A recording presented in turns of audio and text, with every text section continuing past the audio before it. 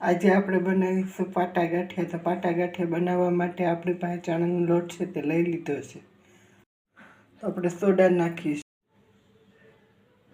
તો આપણે અજમા છે તે નાખી દઈશું। સ્વાદ પ્રમાણે મીઠું નાખીશું।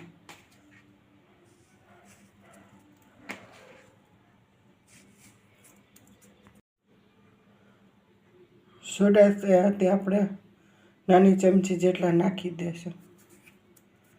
મોણ નાખીને આપણે લોટને બાંધી લેશું। તો આપણે 4 ચમચી મોણને નાખીશું।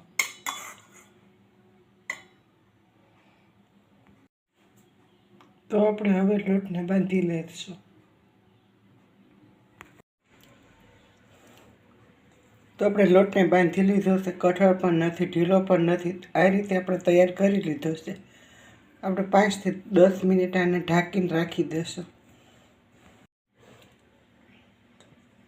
તો આપણે 5-10 મિનિટ આ રીતે ઢાંકીને મૂકી દઈશું। તો આપણે સંભારો બનાવવા માટે પપૈયું છે, તો કોબી છે, ડુંગળીને સુધારી લેશું, મરચાંને તરી લેશું। તો આપણે પપૈયા છે તેને ખમણી લેશું, મરચાંને તરી લેશું। પપૈયું છે તેને ખમણી લીધું છે, કોબી સુધારી લીધી છે, ને ડુંગળીને સુધારી લીધી છે આ રીતે। તો આપણે તેલ મૂકી લીધું છે, તેમાં રાઈ નાખી લીધી છે, મેથી નાખી લીધી છે। તેલ થઈ જશે એટલે સંભારાને વઘારી લેશું। તેલ આપણું થઈ ગયું છે, હવે સંભારાને વઘારી લેશું।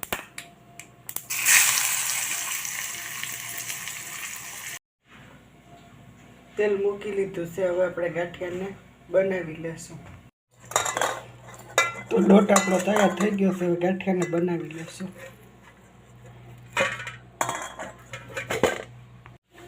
તો આ રીતે આપણે લોટ તૈયાર છે, તો ગાંઠિયાને બનાવી લેશું।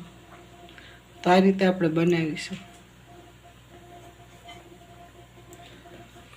તો આ રીતે આપણો ગાંઠિયો તૈયાર છે, તો આ રીતે ચાકુથી આપણે લઈ લેશું।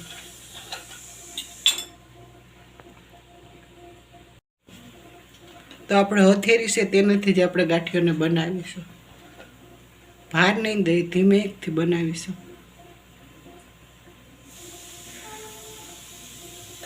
તો આ રીતે સરસ મજાના ગાંઠિયા આપણા તૈયાર થઈ જાય છે।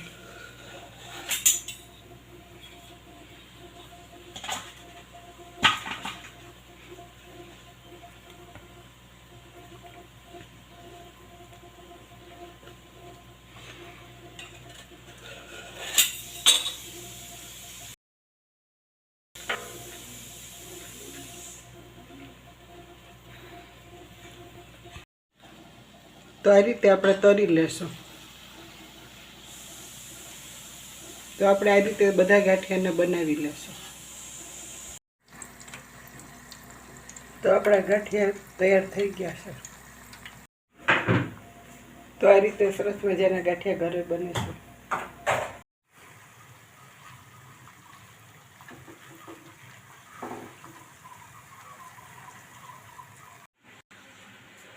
તો આ રીતે સરસ મજાના ફાફડા ગાંઠિયા આપણા તૈયાર, સંભારો મરચાં તૈયાર છે।